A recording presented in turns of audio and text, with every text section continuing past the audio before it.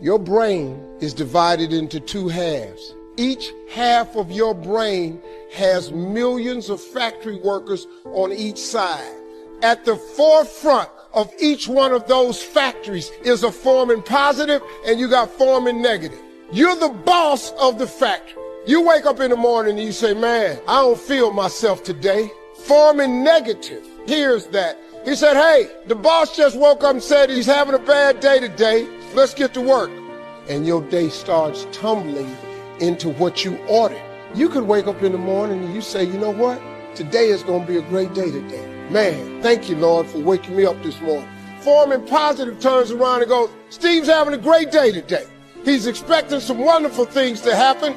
And man, let's get it going. And they start manufacturing thoughts. You have got to change the way you think. It is the whole determining factor of where you go in life. Where does self-confidence come from? And this is the best advice I can give you on that. Not neglecting, first of all, the small daily disciplines. Self-confidence really comes from feeling good about yourself. And one of the best ways to feel good about yourself is at the end of the day to know that you poured it on. You did your best. If you conducted a meeting, you did the best you could. If you made a phone call, it was the best phone call you could possibly make. If you wrote a letter, it wasn't a casual letter, it was your best letter. At the end of those kind of days, when you feel good about yourself, self-confidence starts to rise. You know that if you can have this kind of a good day, you can have another one the next day, and those days become the weeks become the months, and the month becomes a powerful year. Self-confidence comes from the lack of neglect. If you will not neglect to do the small daily disciplines, that's where self-confidence comes from.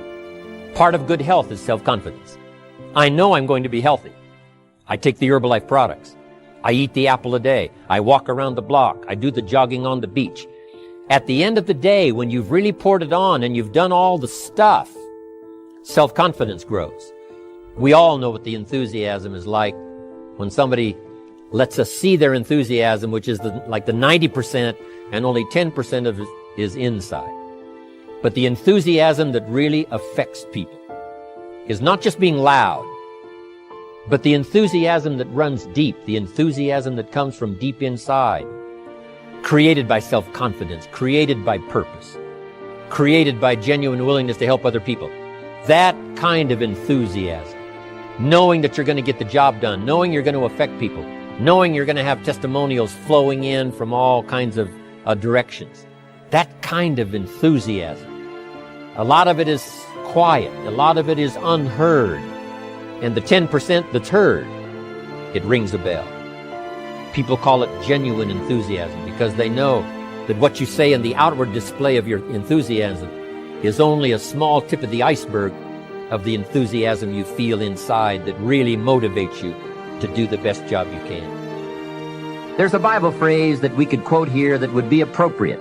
It says, if you will be faithful over a few things, the small things, you will someday be ruler over many things and major things. That's it. That's the philosophy that counts.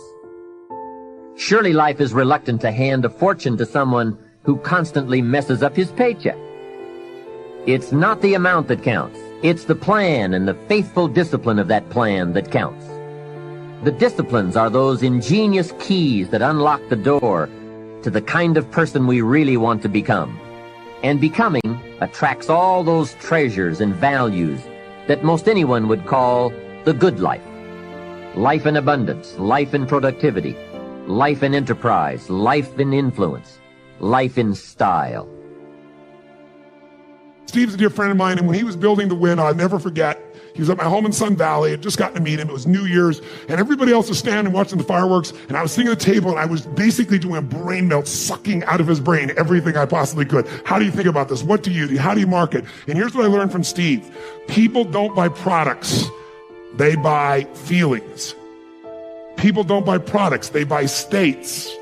People don't buy products. They buy identities.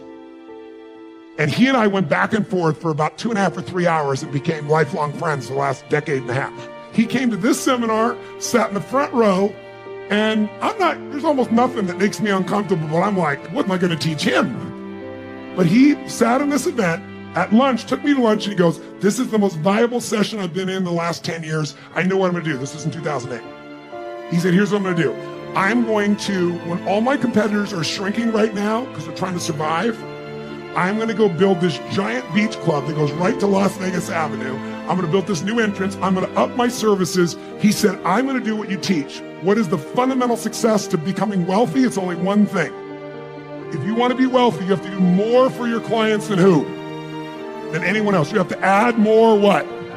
That is the entire secret to wealth in business. If you want it in one sentence, it's simple. Do more for others than anyone else is doing.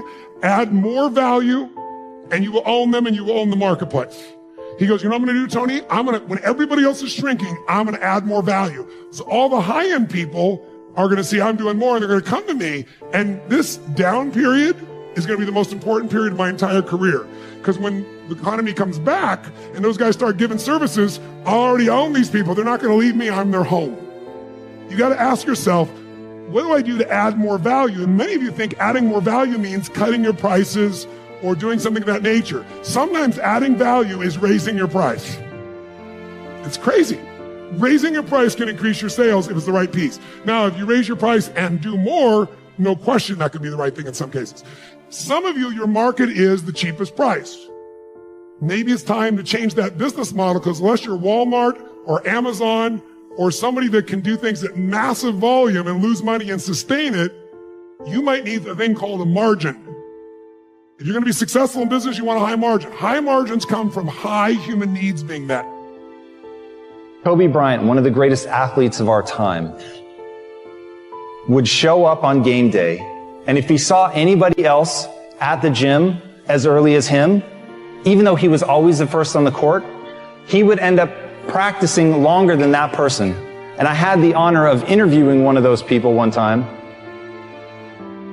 And he said, I went up and asked Kobe, we have a game in an hour. Like, what are you doing out here practicing so long?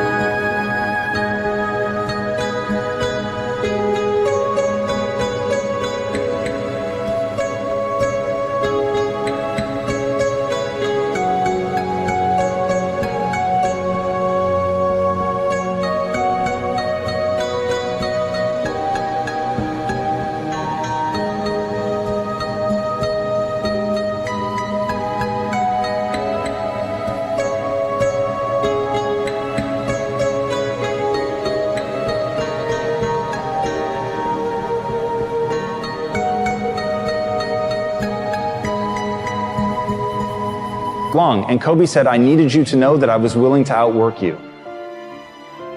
And in that game, they ended up winning. And that lesson stuck with that guy forever. When you're willing to put in the work, when you're willing to take control of your environment and put yourself through the stressors required for adaptation, you literally can become anything.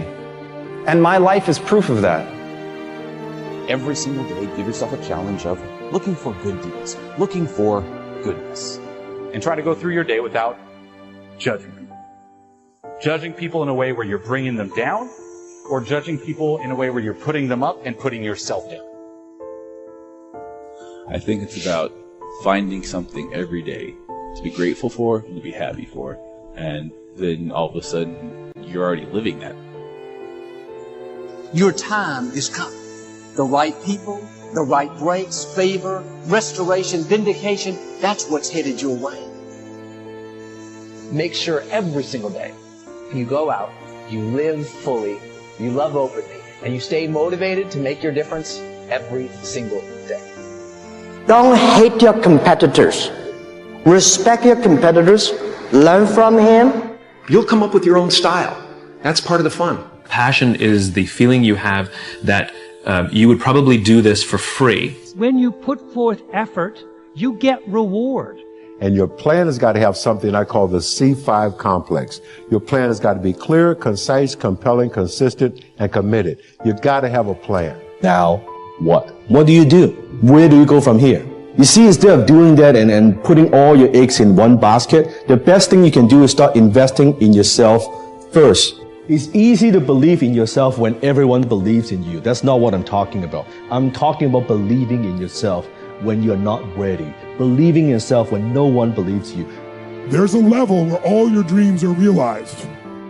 But it takes that extra burst when you think there's nothing left. There's no way. You've tried everything 10 million times and you keep going. And we believe that if we do not succeed, somebody will. If you think like a machine, the problem will come. In the past 20 years, we'll make people like a machine. In the next 20 years, machine.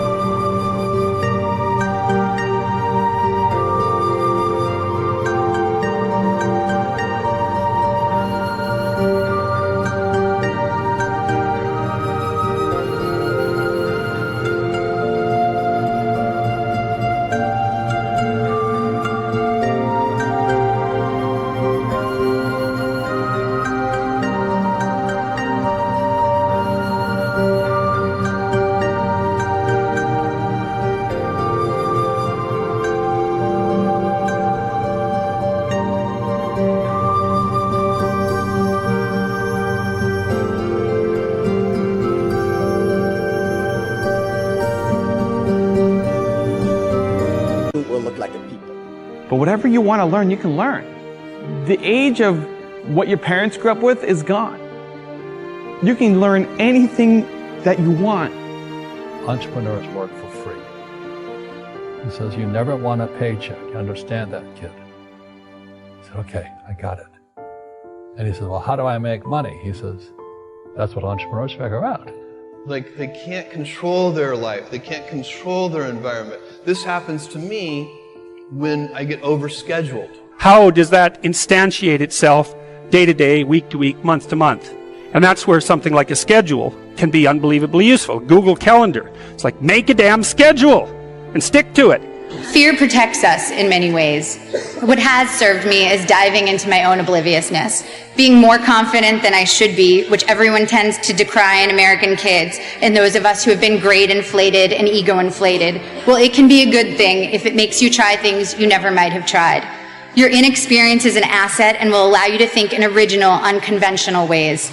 One thing I want to make really clear, and if you ignore everything else, this is the one where you stop and you pay attention, because this could save years of your life.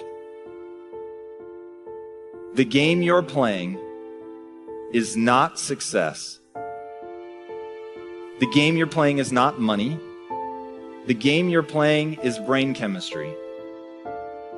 The only thing that matters in life, truly, the only thing that matters in life is what you think about yourself when you're by yourself and have nothing but your own thoughts. If in that moment you feel good about who you are, who you're becoming, what you're capable of, and what you're willing to do to make a better future for yourself, those you care about, and other people around you, you will love your life. It is the single most pleasurable neurochemical state is deep fulfillment. Okay? Not happiness. A bowl of ice cream brings me a lot of happiness, but it is a very transient experience. Deep and lasting fulfillment matters, and what that comes down to is how you feel about yourself when you're by yourself.